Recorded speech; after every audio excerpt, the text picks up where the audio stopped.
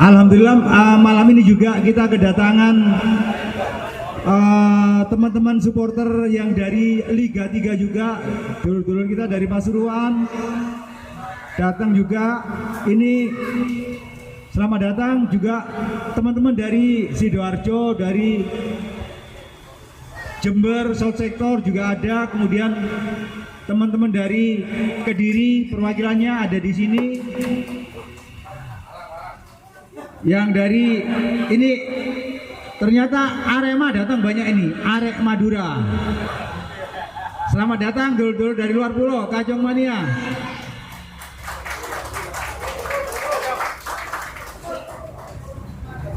Oke, mungkin jam berapa, Mas?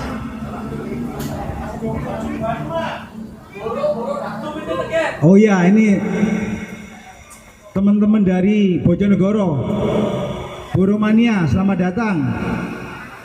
Burumania Ngajung. Nah, itu. Dan juga ada teman-teman dari supporternya Persija datang. Selamat datang juga teman-teman Surabaya. Nah, CMS adalah Cangkruan Malam Seloso. Jadi Cangkruan Malam Seloso ini dulu terciptanya tidak sengaja. Dulu saya sering nongkrong dan teman-teman sering nongkrong di salah satu warkop milik anak bonek. Nah, warkop tersebut kebetulan libur tiap hari Senin. Nah, dari liburnya di hari Senin itu pemilik warkop mengusulkan, "Jak nek dino Senin kene cangkruke pindah-pindah sekalian silaturahmi nang dulur-dulur bonek sing duwe warung." Alhamdulillah tepat pukul 19.27 angka yang dikeramatkan teman-teman bonek, acara ini resmi saya buka. Assalamualaikum warahmatullahi wabarakatuh. Baik, saya sambung lagi cerita sedikit tentang CMS, Cangkruan Malam Seloso. Nah, dari acara yang cuman cangkruk silaturahmi itu akhirnya di kemudian hari berkembang agar ketika kita bertemu kita mencari satu tema yang ada hubungannya dengan Persebaya, dengan keluarga besar bonek dan dengan kota Surabaya. Kemudian bergulir, akhirnya kita menemukan komposisi 4T. Tema, tokoh, tempat, dan tanggal. Jadi kadang kita menemukan temanya dulu, apa temanya, kemudian dengan ketemu tema kita mencari tokoh, siapa orang yang berkompeten berbicara tentang tema tersebut. Kemudian kita cari tempatnya. Sebisa mungkin kita cari tempat itu warung kopi miliknya dulur-dulur bonek, sekalian promosi. Setelah 3T itu terpenuhi, akhirnya kita tentukan tanggal. Kebetulan malam ini temanya lebih luas, yaitu tentang sepak bola Indonesia pada umumnya. Dan beberapa rekan mendorong untuk membuka acara ini dengan mengundang dulur-dulur supporter selain bonek agar bisa hadir dan berbagi untuk kemajuan sepak bola Indonesia. untuk diketahui, acara CMS ini acara independen, jadi teman-teman yang di CMS ini hanya memfasilitasi kapan kita bertemu, tema apa dan di mana. Yang datang ya bayar-bayar dewe, pesan-pesan dewe, toko-toko karpe dewe. Alhamdulillah malam ini salah seorang bonek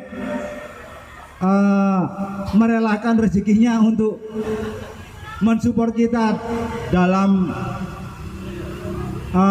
menyediakan makanan dan minuman. Matur nuwun, barakallah. Jadi dulu kalau yang mungkin perlu pesan silakan diorder. Insya Allah nanti ada dari donatur kita. Alhamdulillah malam ini kita dapat donasi dari seseorang. Oke, kembali ke tema. Malam ini temanya adalah kemana sepak bola kita bermuara.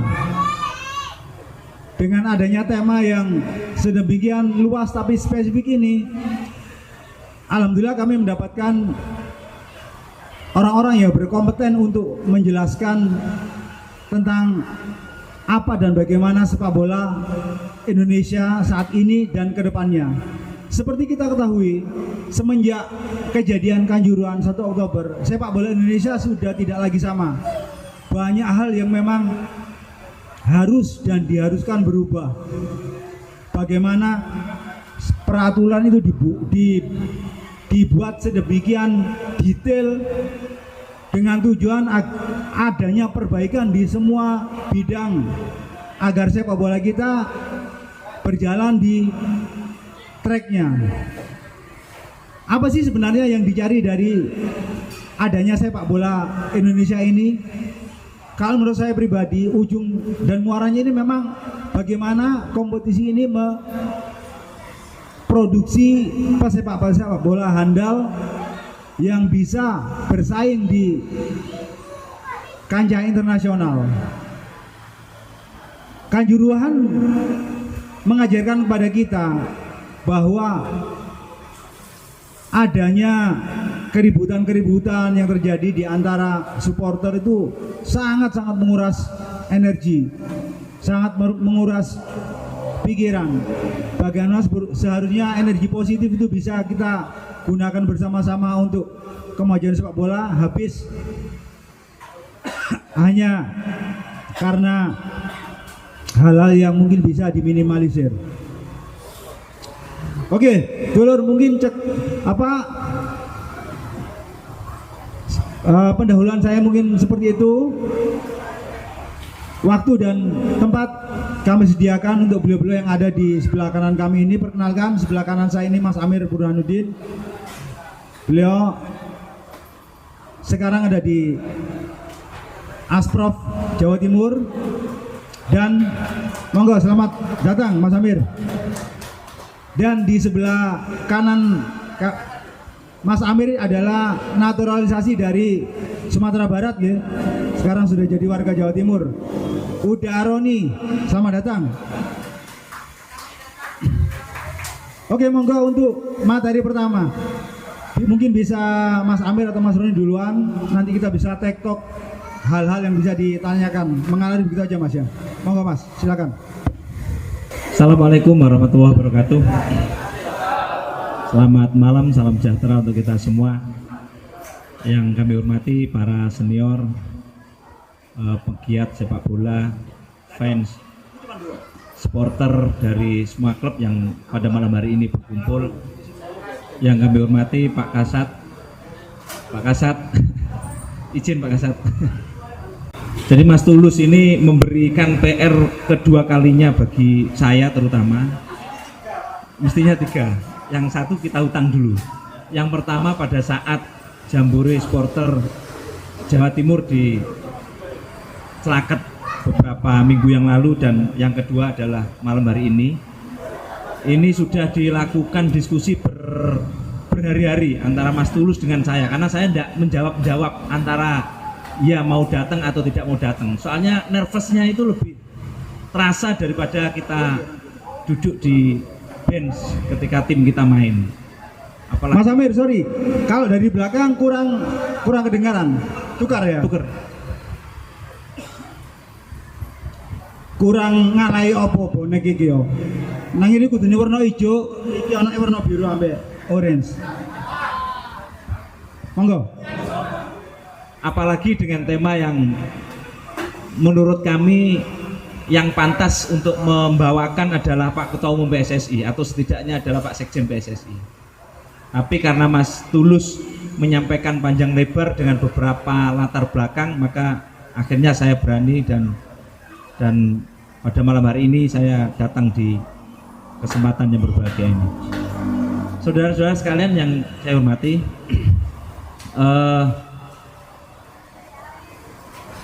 saya mengklarifikasi terlebih dahulu tentang status saya. Beberapa hari yang lalu flyer acara ini beredar, banyak orang yang mengkonfirmasi pada saya, apakah saya sekarang sudah bisa mengatasnamakan Wakil Ketua Umum PSSI Jawa Timur lagi. Karena sebelumnya saya pernah mengajukan cuti pada saat saya menjabat sebagai Ketua KP dalam proses pemilihan Ketua Umum dan Wakil Ketua Umum serta anggota EXCO. Pada tanggal 29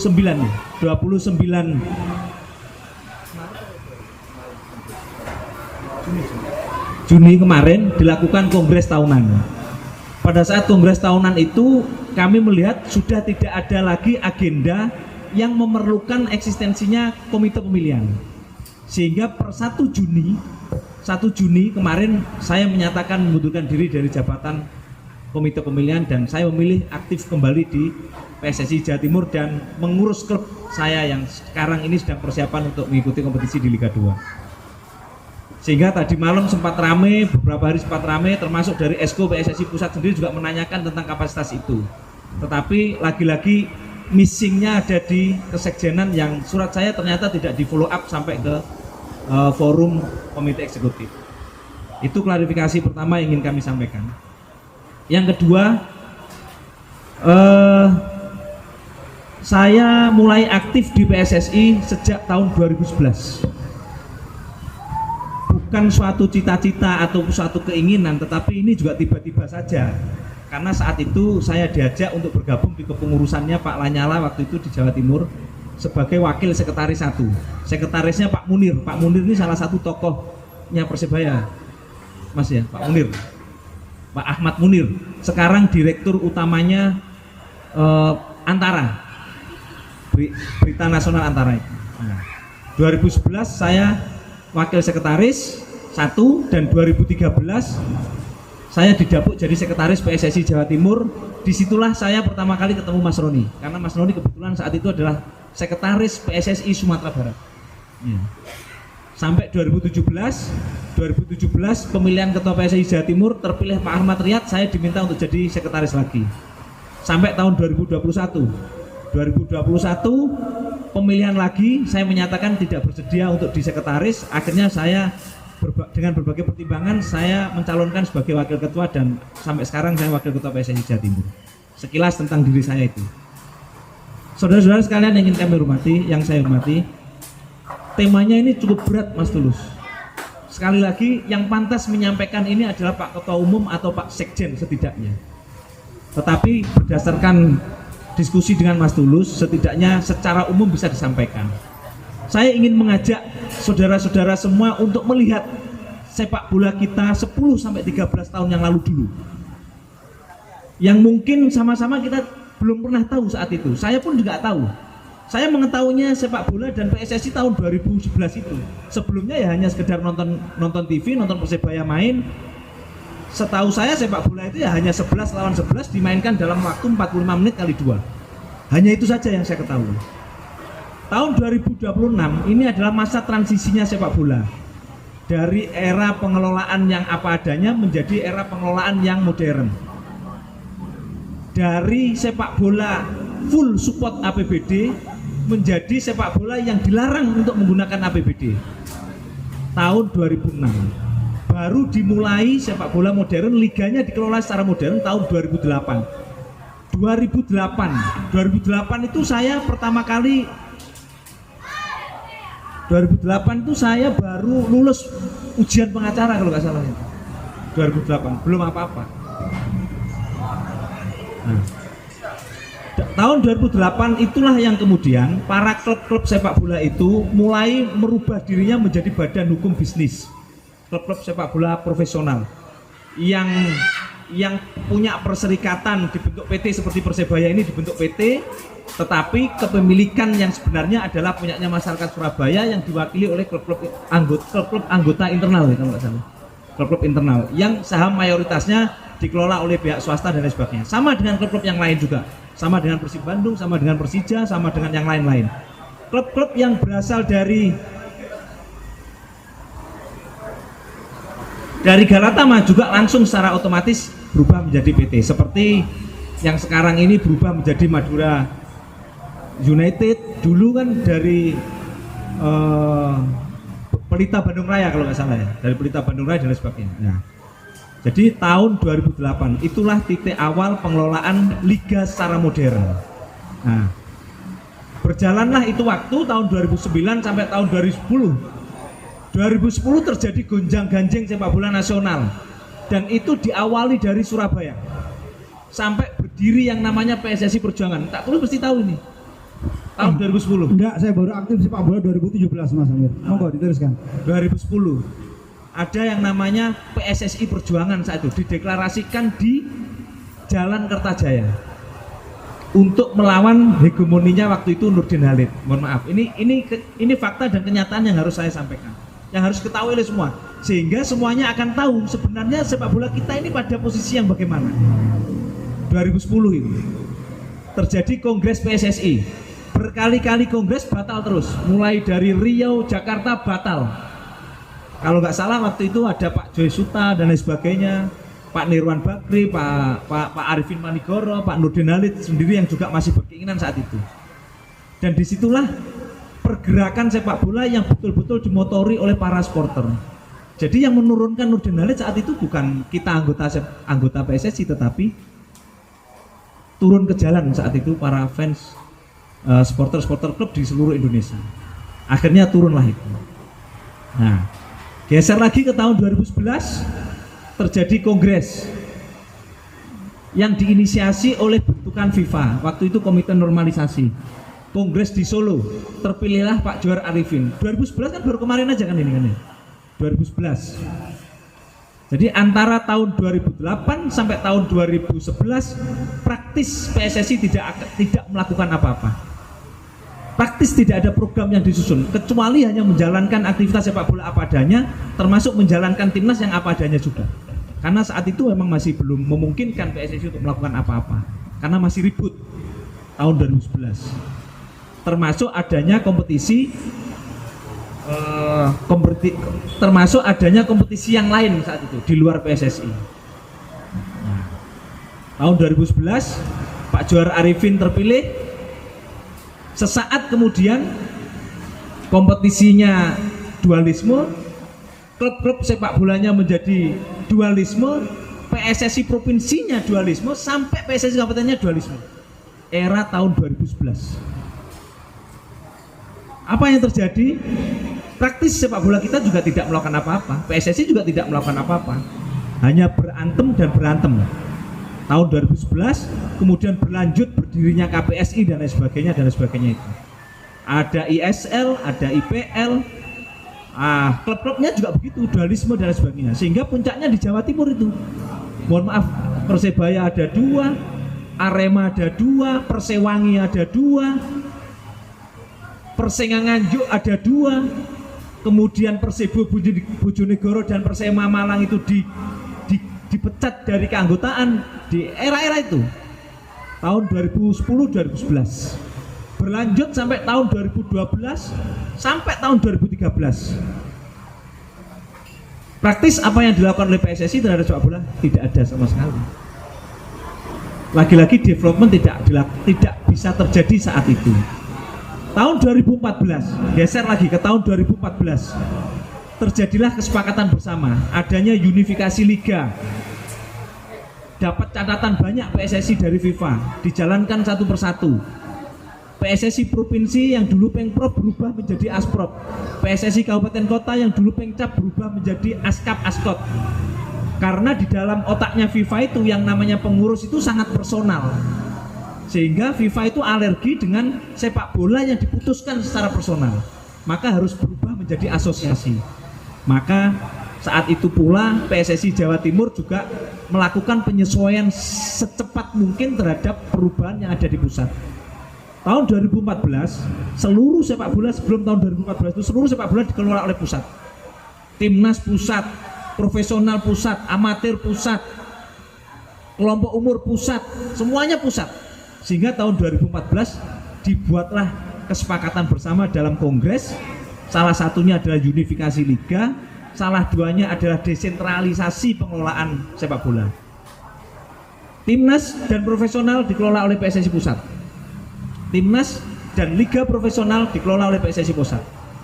Liga amatir dikelola oleh PSSI provinsi, kelompok umur dikelola oleh PSSI kabupaten kota.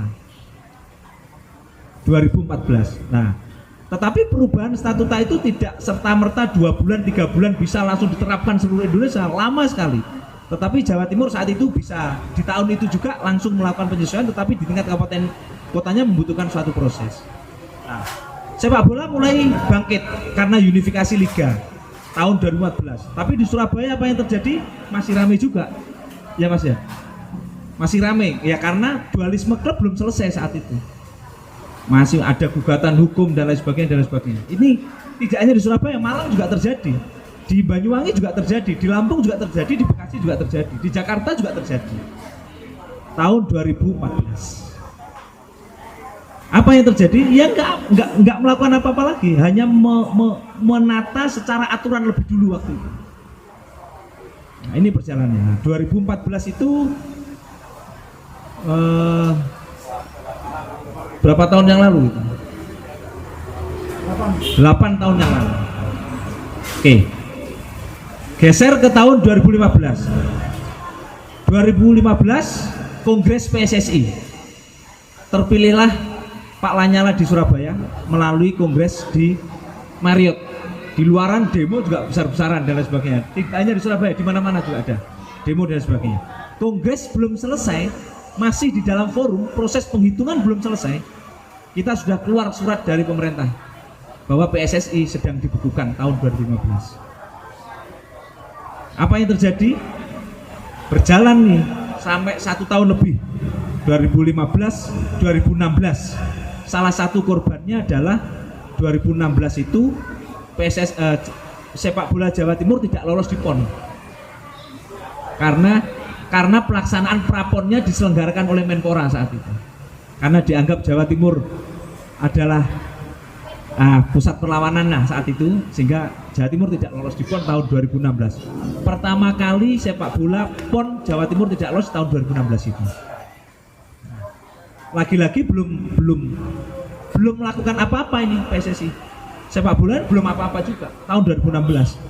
Timnas dijalankan, pemain dipanggil, klub melarang. Ya kan? Terjadi saat itu. Versi pemerintah sama versi anggota dan sebagainya. Tarik ulur dan lain sebagainya. Sampailah disepakati tahun 2016 akhir kongres pemilihan, terpilihlah Pak Edi Rahmayadi. 2016. Di situ ada pembicaraan masalah Persebaya, Arema, Persema, Persibo, Lampung, Persikasi kalau nggak salah. Ada 7 klub termasuk Banyuwangi dan lain sebagainya. Ada pembicaraan itu. Akhirnya ditunda pembicaraan itu, meskipun saat itu PSSI Jawa Timur juga mengusul salah satu Asprov yang setuju untuk dibicarakan saat itu, tetapi Kongres menolak untuk dibicarakan saat itu. Akhirnya kedelay 3 bulan. Akhirnya di bulan Maret tahun 2017 di Kongres Bandung, disitulah dibahas semuanya, termasuk pengampunan Persema dan Persibo, termasuk mengakui Persebaya dua-duanya, mengakui Arema dua-duanya, mengakui Banyuwangi dua-duanya. Semuanya diakui secara organisasi keanggotaan oleh PSSI tahun 2017. Bahkan saya satu-satunya yang menyetujui atau yang mengusulkan bahwa Persebaya saat itu yang main di Liga 2 untuk tetap bermain di Liga 1, termasuk Arema Indonesia bermain di Liga 1. Sehingga saat tahun 2017 saya orang yang mengusulkan kita bermain di 20 klub dengan mengakomodir Persebaya dan mengakomodir Arema Indonesia. Tetapi lagi-lagi Kongres menolak. Persebaya disuruh main di Liga 2, Arema disuruh main di Liga 3. Ya itu kan kira-kira Mas. Kalau saya ada kelirunya tolong dikoreksi. Insya Allah saya ingat betul itu peristiwa. Karena saya pelakunya, bahkan saya ada forum Kongres itu sampai dituding oleh Pak Ketua Umum mau dikirim leopard itu rumah saya. Karena saya ngotot supaya Persebaya dan Arema Indonesia tetap main di Liga 1. Nah, itu terjadi. Sampai disitulah kita belum ngapa-ngapain, Pak. Sampai tahun 2017 itulah kita belum ngapa-ngapain. PSSI belum mengatur kelompok umur, belum mengatur kompetisi youth dan belum. Semuanya berjalan otomatis saja. Apa adanya dan lain sebagainya. Bahkan kalau ada turnamen timnas kelompok umur, kita ini cari sumber pemainnya ini nggak jelas dari mana. Paling-paling dari para pegiat-pegiat SSB yang waktu itu belum dinaungi oleh PSSI. Sehingga PSSI itu dalam kurun waktu itu harus mengucapkan terima kasih sebanyak-banyaknya terhadap para pegiat SSB. Karena secara keanggotaan dia tidak diurus, secara kegiatan tidak pernah diurus, tetapi produknya selalu dibutuhkan oleh PSSI. Sampai di tahun 2017.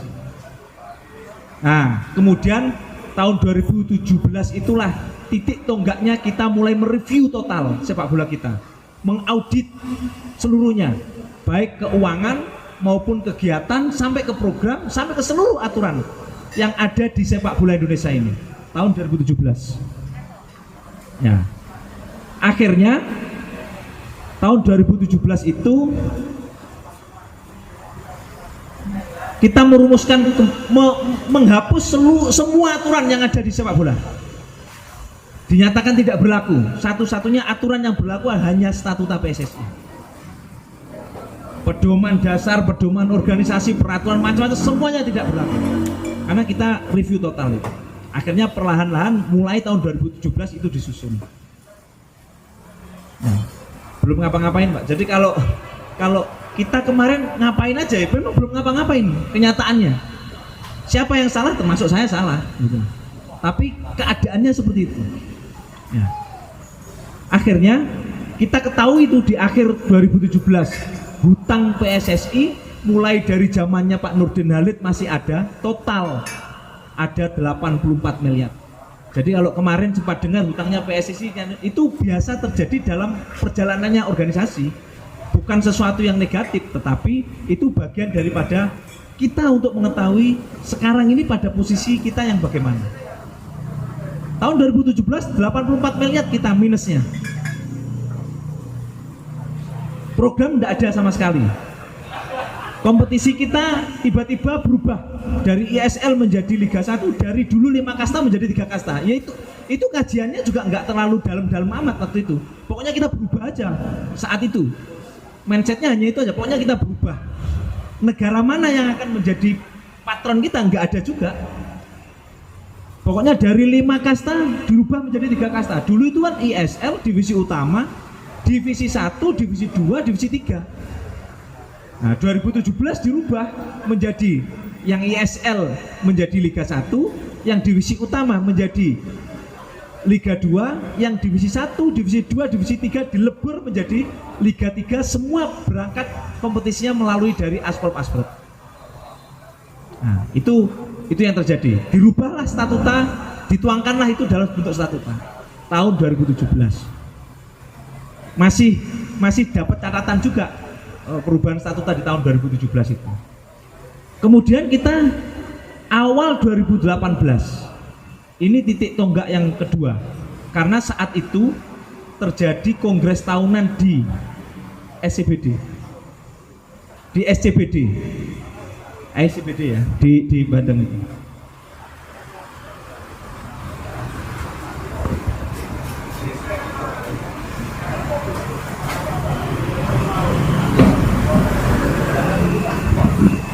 Nah, 2018 itulah kemudian kita seluruh anggota PSSI peserta kongres waktu itu dipimpin oleh Pak Edi Ramayadi mulai mengikrarkan diri dengan dibentuknya visi PSSI.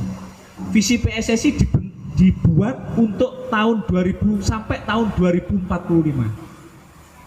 Di situ mulai ada gambaran tentang sepak bola kita 2018 awal.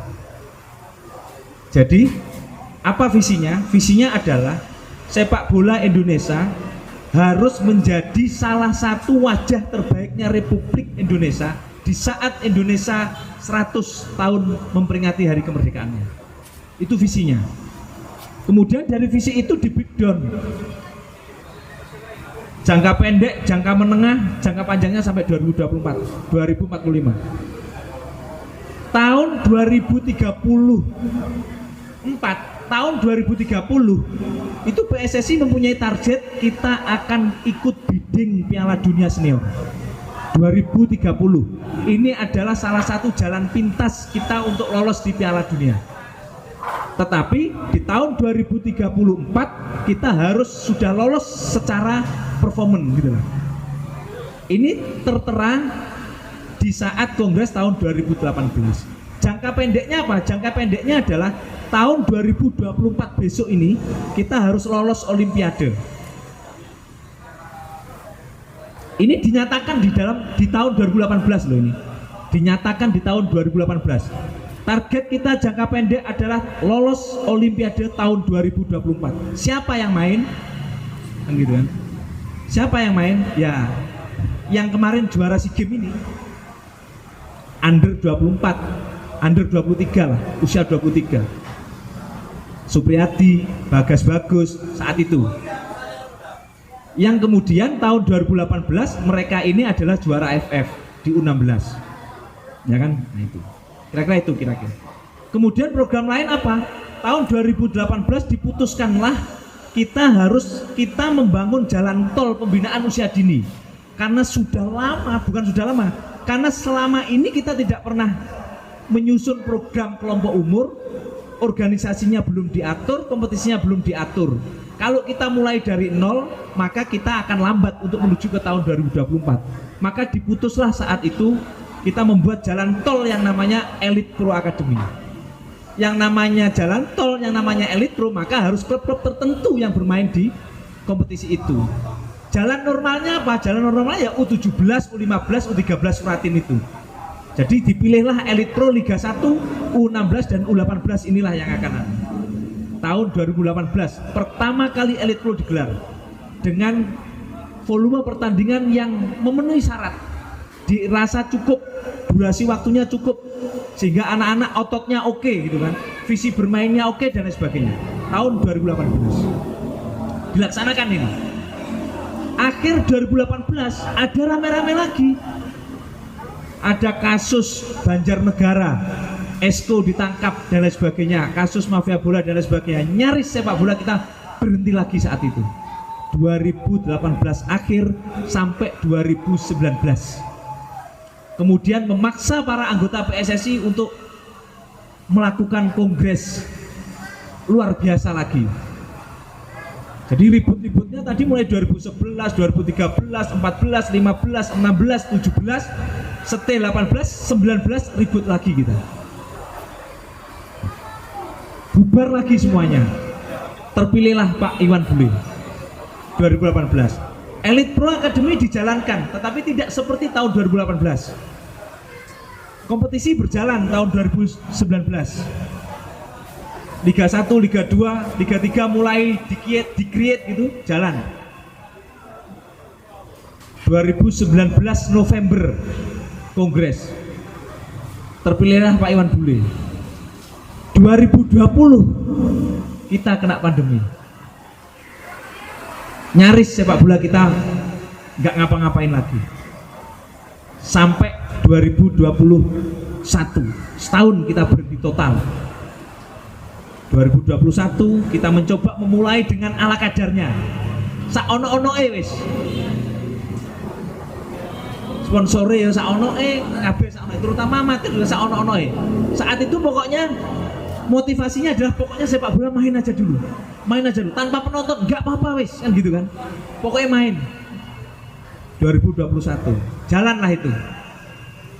Tanpa penonton, centralized dan lain sebagainya jalan. Liga 2 jalan, Liga 3 jalan, Elite Pro Academy jalan, tapi volume pertandingan dan durasi waktunya sangat tidak ideal, hanya sekedarnya jalan pokoknya. Kemudian kita mulai lagi di tahun 2022 dengan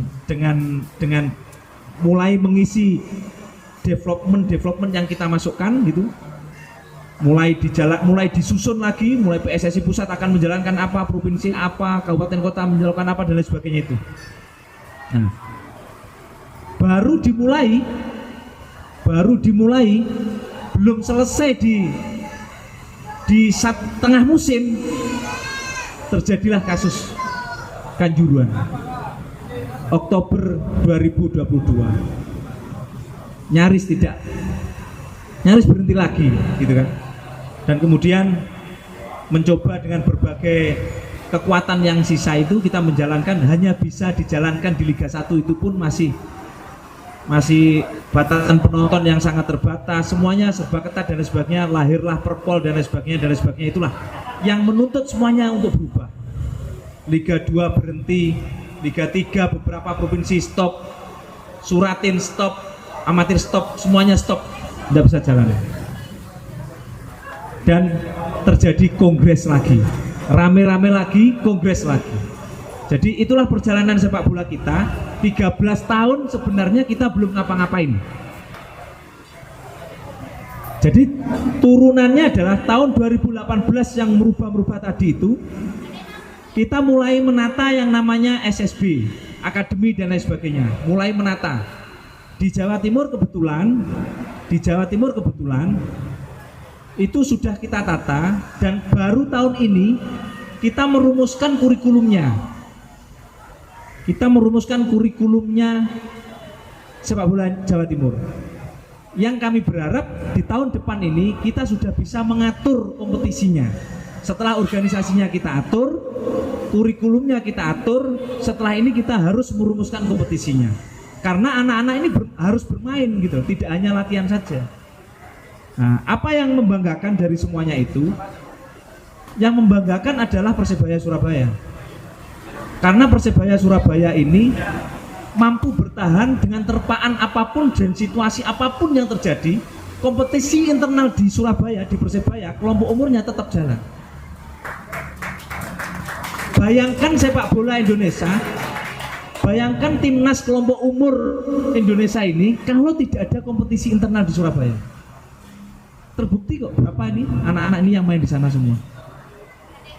Barusan kemarin saya dapat inbox itu di Instagram saya itu ada itu.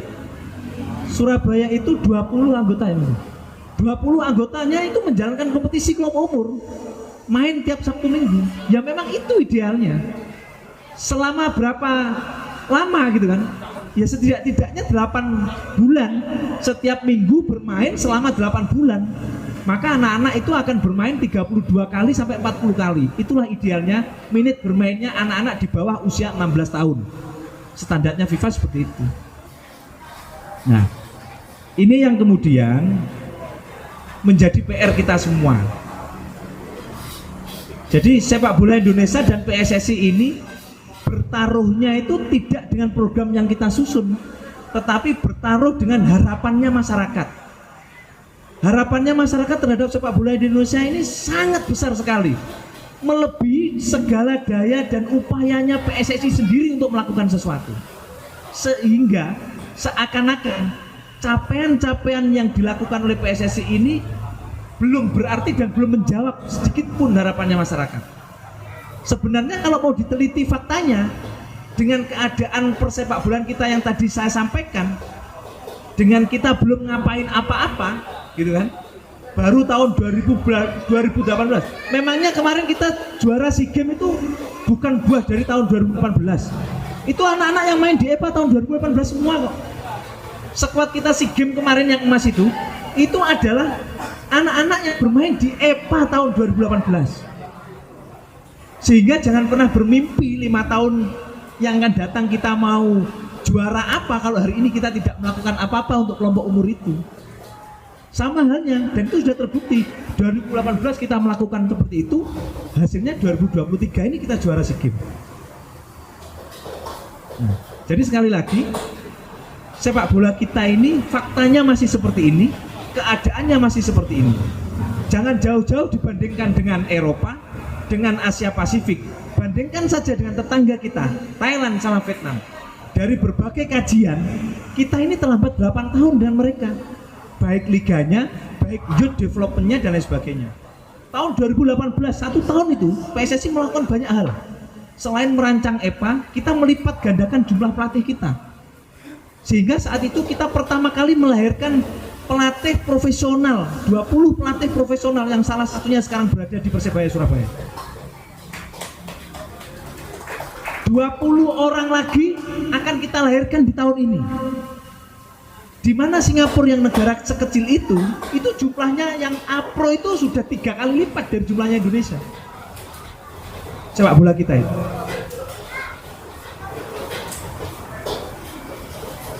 Jadi kalau ditanya, kita sudah melakukan apa? Belum melakukan apa-apa. Kita sedang melakukan apa-apa. Masa kita cari 11 orang pemain dari 260 juta saja nggak bisa? Bukan 260 juta Bapak Ibu sekalian. Baik data pemain kita itu berapa? Tahun 2018 tidak sampai 6.000 jumlah pesepak bola kita. Sedangkan Jerman yang negara kecil itu sudah hampir 4 juta pemain sepak bola yang terdatabase. Sehingga tahun 2018 PSSI merancang sistemnya. Seluruh pemain sepak bola di Indonesia sekarang sudah by name, by address terdata di PSSI. Sehingga sekarang jangan kaget kalau tiba-tiba ada panggilan timnas langsung, ini dari mana ini? Karena sudah ada datanya. Dan itu sistemnya baru dibuat di tahun 2018. Ya Pak Roni ini yang bikin salah satunya. Elite Pro ya Pak Roni ini yang jalankan saat itu. Tapi sudah dipecat 2019, dipecat beliaunya. 2019 beliaunya dipecat. Nah, itu gambarannya Bapak Ibu sekalian. Sehingga masuk ke tema kita hari ini, kemana muara sepak bola kita? Muara sepak bola kita itu berada pada kemantapan program yang disusun oleh PSSI, kemudian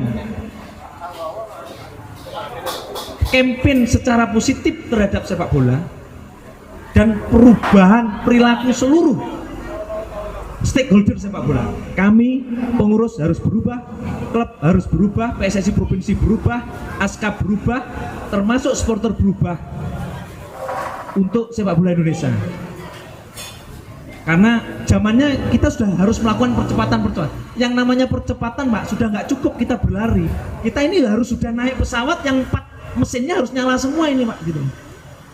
Jadi kalau enggak ya tahun 2024 akan kita lakukan kualifikasinya besok ini, tahun 2023 ini untuk Olimpiade. Tercapai enggak target itu? Kalau tercapai maka milestone pertama kita tercapai. Sehingga visi kita di tahun 2045 nanti yang kemudian dimodifikasi oleh Pak Erik menjadi Garuda terbang tinggi gitu ya. Itu semuanya dari visi yang kita deklarasikan di tahun 2018. Sekali lagi, kemana muara sepak bola kita?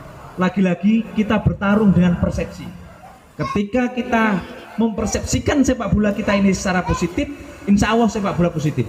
Secara teori, sepak bola kita sekarang ini berada pada track yang benar. Yang akan menjawab semuanya itu adalah waktu dan kepercayaannya masyarakat terhadap sepak bola itu sendiri. Sekilas itu dari saya, nanti mungkin bisa disambung oleh Pak Roni atau mungkin nanti ada tanya jawab. Oke, beri tepuk tangan yang meriah buat Mas Amir. Oke, baik Mas Amir. Kita tahan di situ dulu. Mungkin kita nanti waktu akan kita sediakan buat Mas Roni. Cuman kita ini asik nih.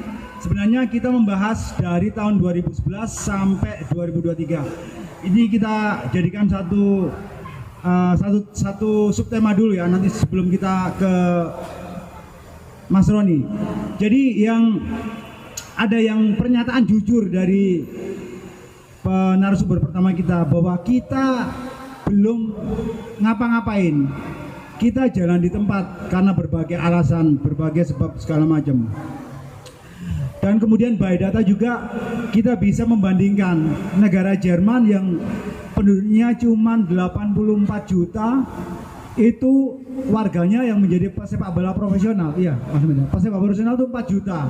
Sedangkan kita yang 260 juta yang tercatat by data itu hanya 6.000. Itu akan memang banyak sekali ketimpangan. Semoga kita kedepannya bisa mengejar itu. Oh ya, tak lupa saya aturkan selamat datang kepada Pak Edi yang mana datangnya lebih awal tadi untuk mengawal teman-teman agar merasa nyaman dan aman di sini. Kemudian tepuk tangan juga kepada Mas Hanif. Selamat datang Mas Hanif dari LIB. Kita mendapat kehormatan ini, rekan-rekan, Mas Hanif datang langsung dari Jakarta mengejar bis untuk sampai di Surabaya tepat waktu. Dan tak lupa tadi Mas Hanif membawa buah tangan yang nanti bisa dibagikan kepada penanya dengan kualitas pertanyaan yang paling bagus atau gimana, nanti kita rundingkan bersama.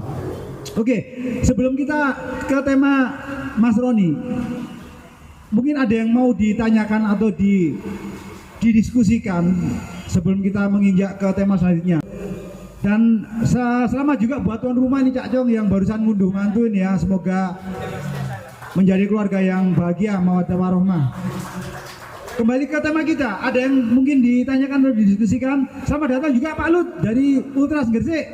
Ini sebelum ada nama Ultras ini sudah ada di Gresik duluan ya Ultras ya. Monggo dulur yang mau ditanyakan, didiskusikan, kita berbagi, kita sharing mungkin. Mumpung ada yang bisa ditanyakan dan tahu ilmunya, di IEL juga nggak apa-apa, asal kita by data. Pandu terakhir kok Pandu. Oh siap, monggo. Nama Surya, dari tadi di sini. Tadi menarik ya masalah populasi ya, populasi orang yang bermain sepak bola. Mungkin just sharing, saya bergelut di olahraga selain sepak bola. Jadi ada salah satu negara di Eropa, kebetulan saya main hoki. Eropa itu 20 dunia dulu nggak masuk di hoki. Sekarang mereka di hoki salah satu jadi rajanya hoki di dunia. Mereka juara Olimpiade sama Piala Dunia Hoki. Terakhir mereka kalah di final sama Belanda, sama Jerman di hoki Piala Dunia kemarin. Menarik ketika saya diskusi sama teman-teman hoki, ternyata Belgia itu dulu yang bermain hoki di angka ribuan di satu negara. Begitu mereka ingin develop negaranya, timnasnya, mereka menaikkan populasi. Jadi Belgia itu dalam satu kota mungkin sekarang sudah di angka minimal di 80.000 sampai 100.000 orang yang bermain olahraga itu gitu. Jadi ya mungkin kalau dari Eropa mereka bisa lah ya. Ini kan berarti masalah populasi ya. Semakin banyak orang yang memainkan olahraga, berarti ibaratnya kayak saya nih sudah jago nih main di Liga 1. Tapi yang main cuman 200 orang ya, jago saya terus-terusan gitu kan. Tapi kalau populasinya makin banyak, berarti kan bakal ada yang lebih jago lagi dari saya dan gak terus-terusan saya yang bakal jadi pemain terbaik. Mungkin seperti itu kali kan mengenai masalah populasi ini kan. Nah, lagi-lagi kan kita dari situ berarti kan sebenarnya PSSI sudah aware nih root atau masalah utama dalam prestasi ini apa sih gitu kan. Nah, yang mungkin saya bisa tanya, untuk develop orang menjadi lebih banyak secara populasi, itu program jangka pendek, jangka panjang itu apa sih? Untuk meningkatkan minat atau populasi orang-orang yang melakukan ini. Itu satu. Terus yang kedua, terkait prestasi timnas, itu pasti berbanding lurus dengan kualitas kompetisinya. Nah ini yang mungkin dari teman-teman supporter juga bertanya, kita pengen punya timnas bagus, tapi kompetisinya itu seperti apa sih yang bisa disodorkan ke kita gitu. Kalau hanya mengejar trofi, sorry to say, kayaknya kita melihat naturalisasi itu aja kayak langkah yang sangat instan dan terlihat panik gitu ya.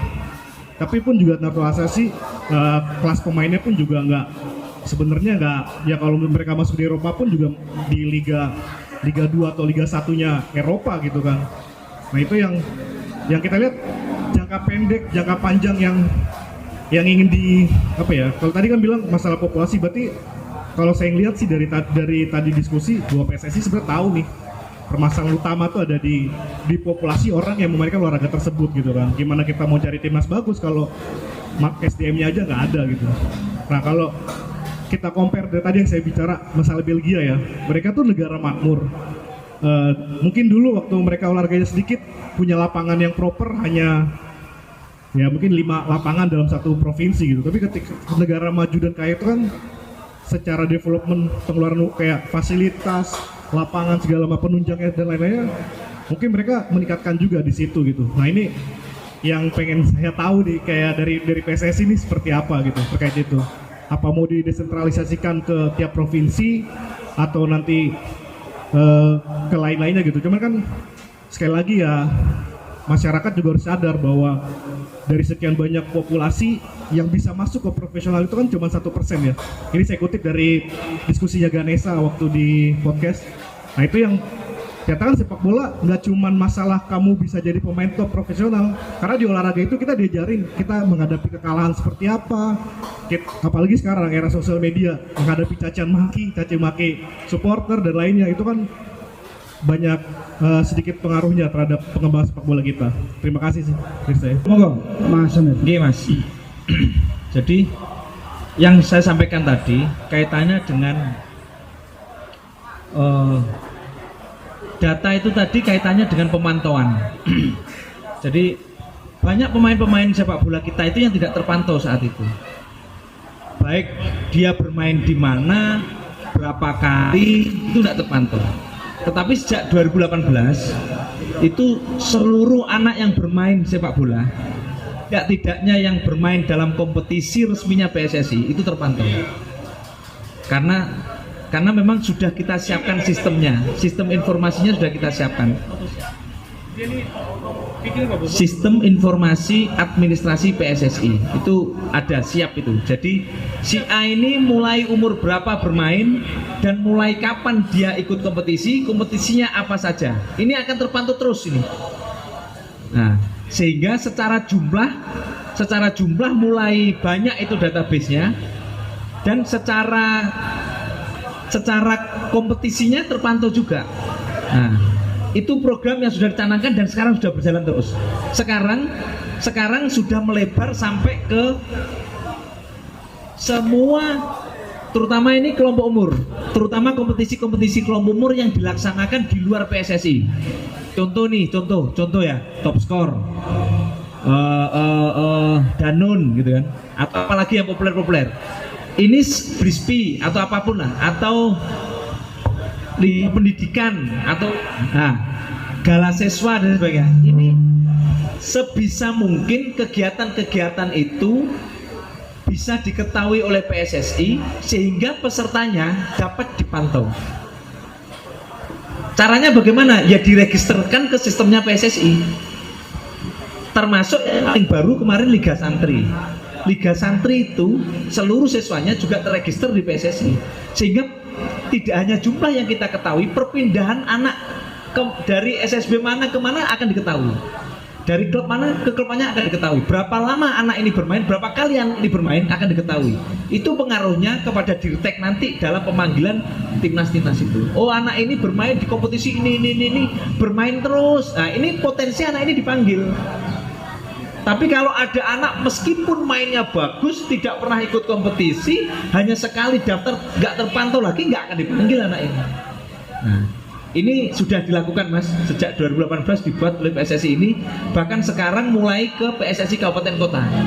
Kalau seluruh klub sudah, PSSI Kabupaten Kota yang menaungi klub-klub internal itu sekarang harus meregisterkan pemainnya kepada PSSI. Nah itu. Yang kedua, kami setuju sekali Pak bahwa timnas yang baik dihasilkan dari kompetisi yang baik. Nah, ini semuanya kita dorong. Semangat yang baru ini adalah perubahan semuanya ada komitmen berubah, termasuk yang lagi rame-rame tentang perangkat pertandingan dan sebagainya, semuanya akan berubah. Dan kemarin hasil tes Liga 1 itu wasitnya hanya beberapa yang lulus, yang lainnya nggak lulus karena memang apa, parameternya memang diketatin, dan yang ngetes Jepang langsung, jadi nggak ada toleransi apa-apa. Dan Jepang hanya membutuhkan di Liga 1 ini 17 wasit saja, 18 wasit saja. Sebenarnya kalau gridnya diturunkan, di kebutuhannya banyak juga akan banyak juga yang lulus. Tapi karena kebutuhannya 18, gridnya tinggi, maka yang lulus ya cuma 18 itu. Yang nggak memenuhi peringkat 1 sampai 18 tugas di Liga 2. Yang tidak memenuhi di Liga 2 ya nanti akan tugas di Liga 3. Kira-kira seperti itu. Tapi hal-hal lain, darurat VAR dan lain sebagainya, rasa-rasanya itu menjadi sesuatu yang segera untuk bisa direalisasikan. Karena itu adalah bisa membantu keputusan wasit di saat hal-hal yang bisa menentukan perubahan hasil lah, kira-kira seperti itu. VAR itu kan dibutuhkan kan kalau ada potensi perubahan hasil kan, kalau enggak kan enggak gitu. Nah, seperti kasus yang kemarin lagi rame-rame viral, karena sama-sama kita ketahui, kita ini ngelihatnya di depan kamera sini, kameranya dari sini, jadi kelihatan ditarik kan gitu kan. Tapi kalau wasitnya di sana, kira-kira ngerti nggak kalau itu ditarik? Bisa nggak ngerti kan? Nah, berarti apa? Bisa jadi dia salah posisinya, harusnya dia berada di sini. Kenapa larinya ke sana? Maka itulah VAR. Sehingga kalau kita mau mengkritisi tentang itu, maka persepsi positifnya adalah kita memerlukan VAR. Tetapi kalau kita mau mempersepsikan negatif, ya berarti wasitnya kardus. Nah, kan gitu. Nah, dalam perjalanannya ini kami sih berharap kita mulai mempersepsikan sesuatu yang positif terhadap sepak bola. Dalam satu kejadian yang sama pun, mari kita sama-sama cari redaksi yang kira-kira positif meskipun itu substansinya sama. Seperti contoh tadi itu. Oh, ternyata kita memang sudah harus ada VAR untuk membantu keputusan wasit. Itu nanti akan berbeda maknanya. Oh, memang kelakuannya wasit. Nah, itu kan memang kelakuannya wasit. Nah, itu kan sesuatu yang negatif, tapi sama substansinya kan, mengkritisi keputusan wasit. Nah, ini kan eranya era sosial media macam-macam. Nah, sekali kita nyeletuk sedikit aja, waduh bahaya itu. Jadi saya teringat dengan kata-katanya Pak Edi Ramayadi. Sepak bola akan baik kalau media baik. Saya saat itu juga apa hubungannya? Ini lucu ini omongan orang ini. Saat itu. Tetapi dalam perjalanannya saya sendiri secara pribadi merenungkan. Oh, ternyata yang dimaksud media itu adalah persepsi. Ketika kita mempersepsikan sesuatu negatif, semuanya akan negatif. Tetapi ketika kita mempersepsikan sesuatu yang positif, maka itu menjadi kritik yang positif. Nah, ada satu hal lagi yang saat itu juga membuat saya, apa hubungannya main di klub luar negeri dengan tidak nasionalis? Kan dulu kan pernah kan ada, kalau nggak salah Mas Ivan Dimas, siapa itu yang main di negara Malaysia, dipanggil oleh Pak Edi Ramayadi, kamu nggak nasionalis. Apa hubungannya? Tetapi ternyata kita cukup tahu ini, ketika kita mau menghadapi turnamen internasional, timnas mau pemusatan jangka panjang, mereka nggak diizinkan oleh klubnya karena bukan FIFA Matchday, bukan pertandingan resminya FIFA, tetapi ini butuh oleh timnas kita. Nah, ternyata begitu penjelasannya beliau gitu. Jadi kembali lagi bahwa kami sih berharap mulai saat ini mari kita sama-sama untuk mengkampanyekan sepak bola ini secara positif. Karena kalau kita terlalu negatif, maka kita capaian tertentu pun akan dianggap belum tercapai. Kira-kira itu. Ya. Oke, ini sepertinya langsung sambung dengan Mas Roni, banyak hal yang bisa diceritakan. Monggo Mas. Izin Bapak-bapak, ini saya sebetulnya baru recovery dari kurang sehat saya, jadi makanya tadi saya nggak mau bicara banyak dulu, saya hanya menambah-nambahkan. Jadi prinsipnya memang seperti kata Pak Amir bilang bahwa kita itu harus memikirkan sepak bolanya secara positif. Sampai ada kelakar seperti ini. Kalaupun VAR itu ada, Pak, kalaupun VAR itu ada, Di saat VAR-nya ada, kita masih berpikir negatif, Pak. Nanti yang terjadi itu, VAR-nya ada, apa yang terjadi di lapangan? Bukan wasit yang dikejar, ruangan VAR-nya itu dibakar, betul nggak, Pak? Kalau kita masih negatif terus, bener nggak? Nah, tapi kalau kita sudah berpikiran positif, pasti akan positif itu. Mau toolsnya VAR, mau toolsnya AAR, kalau kitanya sudah suuzon terus, ya suuzon terus. Ini jadi kelakar kami berpikiran untuk memajukan sepak bola ini. Mau namanya VAR, ya itu kan kasihan, wasitnya aman, ruangannya yang dibakar gitu. Kan ini yang kalau bisa kita di sini ini sudah mulai bersama-sama untuk saya kesini ini sangat menghormati Cak Tulus. Jadi karena hari itu saya mencoba untuk memberikan sedikit gambaran tentang kenapa kita harus merubah perspektif kita dalam sebagai stakeholder sepak bola. Karena khusus Persebaya, saya akui salut kepada teman-teman bonek. Di saat itu saya masih ingat Pak, Cak Tulus itu sempat, jadi kami waktu itu di saat GBT pertama kali akan digunakan untuk Persebaya. Setelah renovasi Piala Dunia yang batal itu dan akhirnya jadi lagi kan gitu ya. Sudah batal akhirnya jadi lagi ya. Tambah bikin pusing Pak Kasat kan gitu. Tapi udah nggak ada Israelnya Pak Kasat, jadi mudah-mudahan nggak jadi momok lagi lah. Nah waktu itu kita mencoba memberikan pemahaman tentang penggunaan fasilitas stadion yang sifat pendukungnya sudah mencapai tahapan standar FIFA. Nah saya sampaikanlah waktu itu ke teman-teman bonek, teman-teman koordinator yang datang ya, saya tulis ya, bahwa ada beberapa hal yang harus kita jaga di saat stadion GBT itu, di mana Pak Erick Thohir selalu menyebutkan ini stadion terbaik di Indonesia, sehingga jangan sampai siapapun yang menggunakan, karena yang menggunakan bukan hanya saja Persebaya. Buktinya kemarin Indonesia Palestina juga digelar di sana. Timnas pun menggunakan. Nanti belum tertutup juga, bisa jadi Liga 2 menggunakan, Liga 3 menggunakan. Nah, sehingga kita harus menyeragamkan pelaksanaan pertandingan dengan standar internasional. Sehingga di saat penyelenggaraan standar internasionalnya berjalan, berarti kultur dari supporternya pun mengikuti atau mengupgrade dari standar tersebut. Betul nggak Pak? Nah ini terbukti sekarang sudah dilakukan oleh teman-teman bonek setelah itu. Karena waktu itu saya ingat betul sama Cak Tulus ngobrol, sama teman-teman lah ngobrol. Wah ini nggak boleh Pak, ini nggak boleh. Saya ingat Mas, siapa yang kacamata Mas lupa? Cak Jong ya kan. Pak ini dulu kok ini di Dortmund boleh Pak, saya bilang.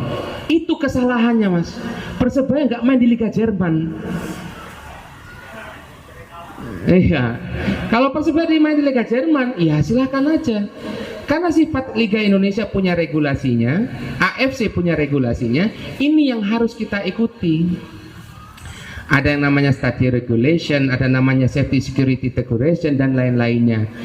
Ini apa efeknya? Kan Bapak-bapak juga memahami efeknya adalah kerugian bagi tim sendiri.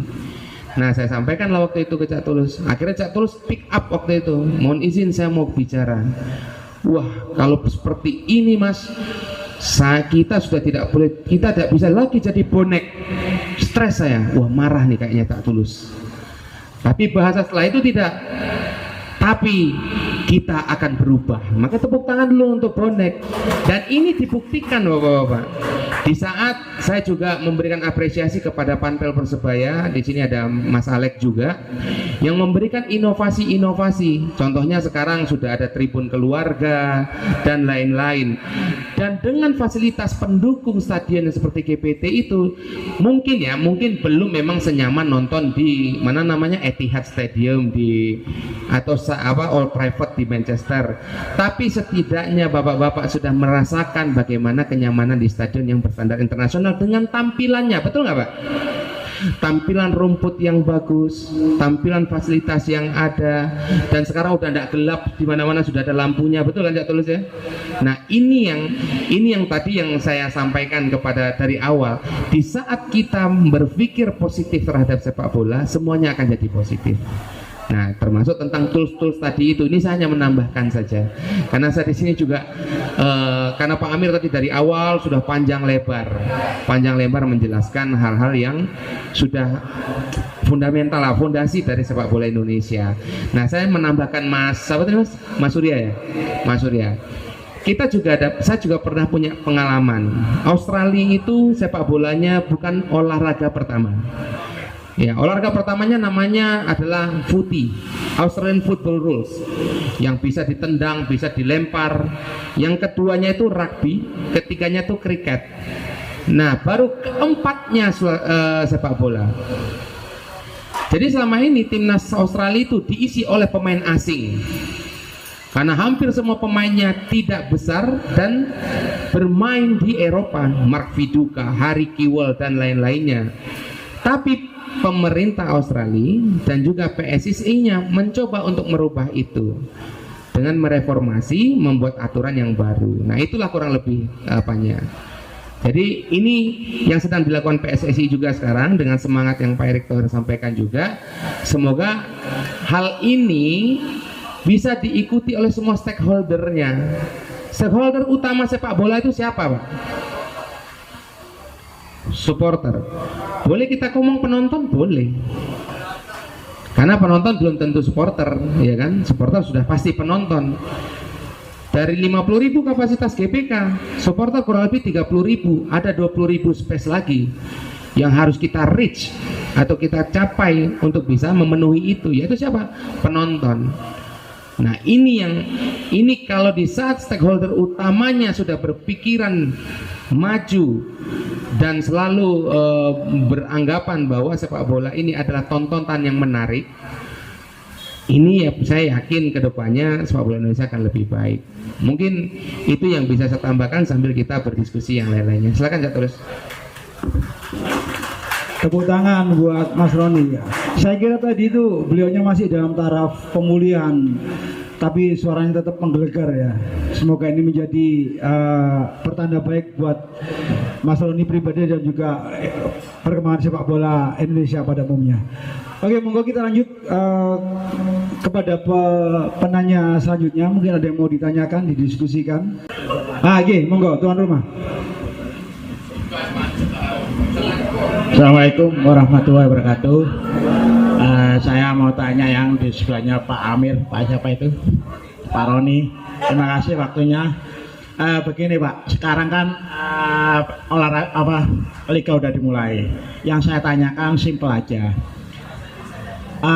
PSSI itu regulator ya, sedangkan LIB operatornya.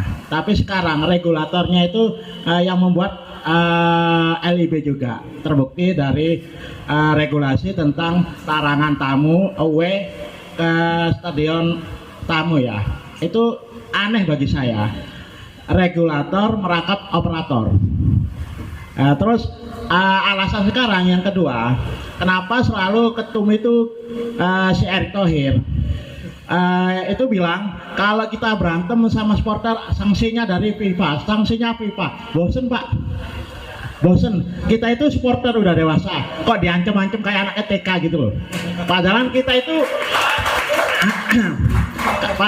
itu saling mengunjungi itu saling silaturahmi, bukan saling berantem, kecuali memang ada rivalitas yang kayak kemarin itu udah wajar. Salah dewe lapo kan teko kan gitu. Nah, itu sebagai seleksi alam, kenapa mereka ada banyak musuh kan gitu. Yang saya tanyakan, kenapa sih kok diribetkan? Kita ingin bersilaturahmi dengan kawan kita. Terbukti di sini ada teman-teman Jack, padahal katanya rivalitas. Terbukti aman kan gitu. Kenapa harus dilarang? Itu aja Pak. Terima kasih. Assalamualaikum warahmatullahi wabarakatuh. Waalaikumsalam.